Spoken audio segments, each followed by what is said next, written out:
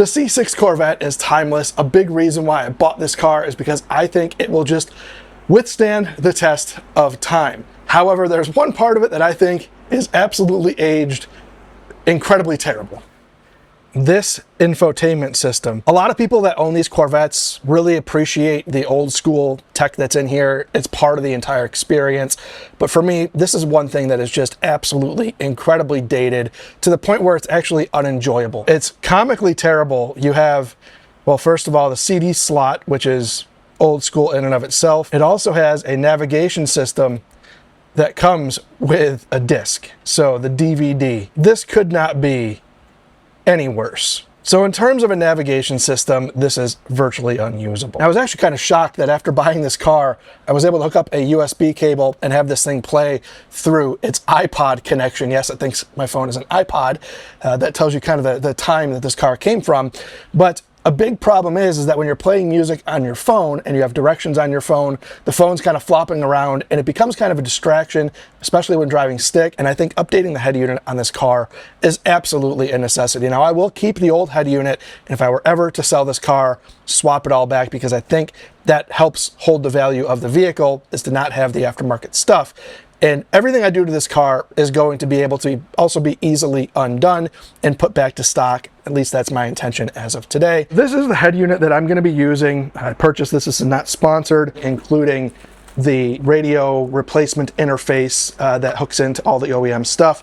I went with this very, very specifically because I want, when I turn the car on, to have that Corvette logo and keep it super clean looking. That's the only head unit that I'm aware of that allows you to do that, where you can actually change the splash screen so it's not saying Kenwood or Pioneer or any of that branded stuff that pops up. I still want it to say Corvette and feel very much like the original head unit. Now, anytime you're going to do a head unit on any old vehicle, I would highly recommend you just take it slow and make sure that you're not breaking any of the plastics. Sometimes when you're pulling on some of these old plastics, they can be a little bit fragile.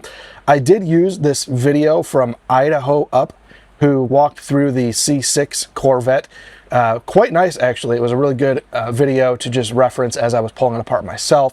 With the C6 Corvette, the bezels, there's actually quite a few bolts to have to remove, and just you want to pay attention to that and not pull on anything if it's giving you any sort of resistance.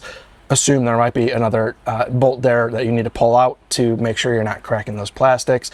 You also have to pull out the shift boot. So there is quite a bit of disassembly, not to mention all of the wire connectors that are going to all of the buttons.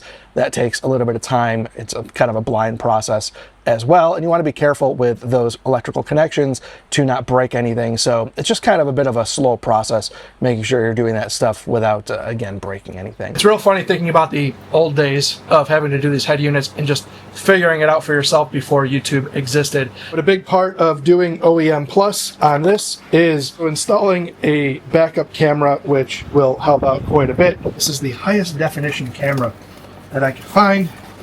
If you're going to do it, you might as well do it right. So they just tuck up behind the license plate bracket.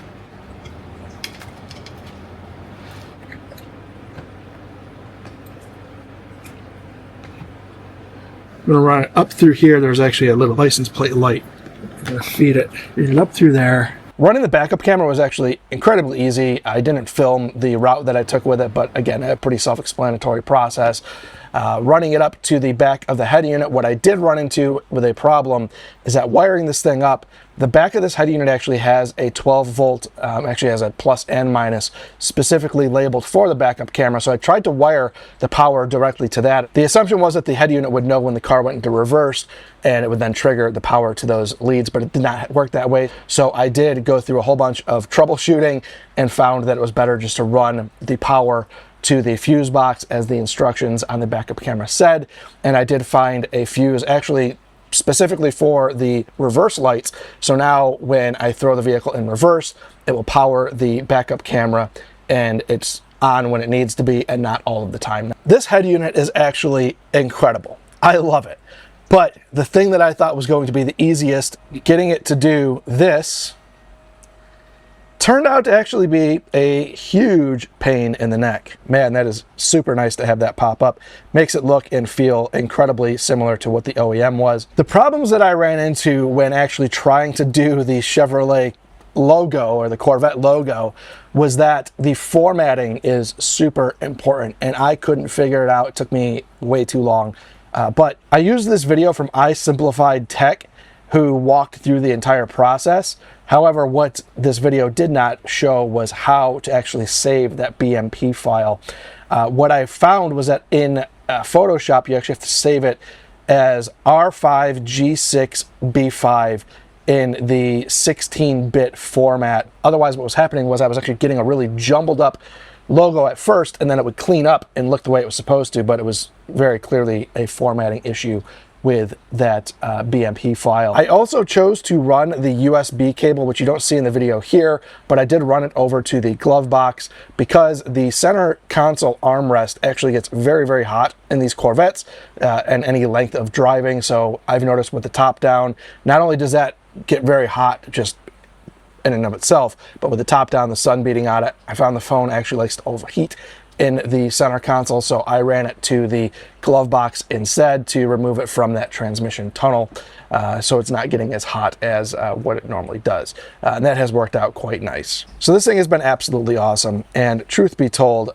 99.9% of the time with a head unit, I'm just going to be in the CarPlay experience anyways, so I don't really care too much about the OEM system here. I very rarely, if ever, will be in here, but there are a ton of adjustments. If we go into setup, the EQ settings, everything in here is just really, really nice. I mean, I think the overall user interface on the back end doesn't look maybe the best.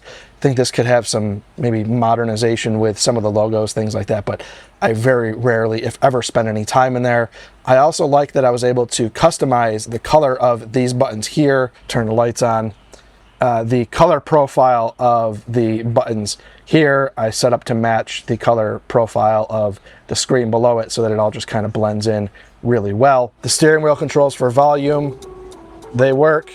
The up and down, that also works. So again, I am incredibly happy with the outcome here. A couple things I'm going to change in the near future, but other than that, this thing has been awesome, and it truly makes the car feel a little more modern in the right ways. Again, getting Apple CarPlay, just me, I don't know, I have to have it, honestly. It's just something I'm so used to.